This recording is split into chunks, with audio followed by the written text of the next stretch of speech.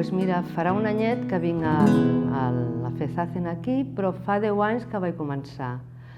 Però per motius que jo feia unes altres disciplines, més mogudes, més en moviment, ho vaig deixar-ho, em anava més en moviment. Però per motius personals vaig començar fa un any a vindre una altra vegada i realment em va molt bé. On t'agrada meditar? Aquí, al dojo. Em sento arropada, em sento com si estigués a un úter, vull dir, molt segura. A casa em costa, però quan tinc una feina que tinc alumnes que fem tai chi, els hi faig fer també i així també aprofito i a ells els agrada molt.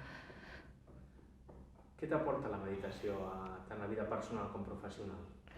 A la vida professional, moltes coses, perquè està molt lligat, no?, les dues coses, però a la vida del dia a dia, molt més. M'aporta donar-me compte de com m'enganya la ment, de com em fa trampes, potser per supervivència, per mandra, per qualsevol cosa, i lo incoherent que soc. Llavors, dia a dia, soc igual d'incoherent, m'enganya igual, però em vaig donant de mica en mica en cosetes i dic, no, m'estàs enganyant. I torno una altra vegada, i el dia següent caic igual, però cada vegada sembla que caic menys. Què t'anava a dir? Què t'ha sorprès de venir al centre? Algo que no t'esperaves?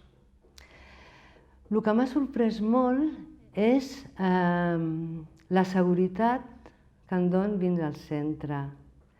Em noto molt bé, surto molt a gust i, com t'he dit abans, sembla que estigui al ventre de la meva mare. Em sento allà superbé, cosa que vull que em duri a fora també.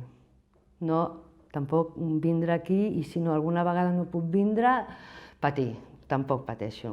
Sé que algun dia d'aquests aniré una altra vegada. Doncs moltes gràcies pel teu testimoni. A tu.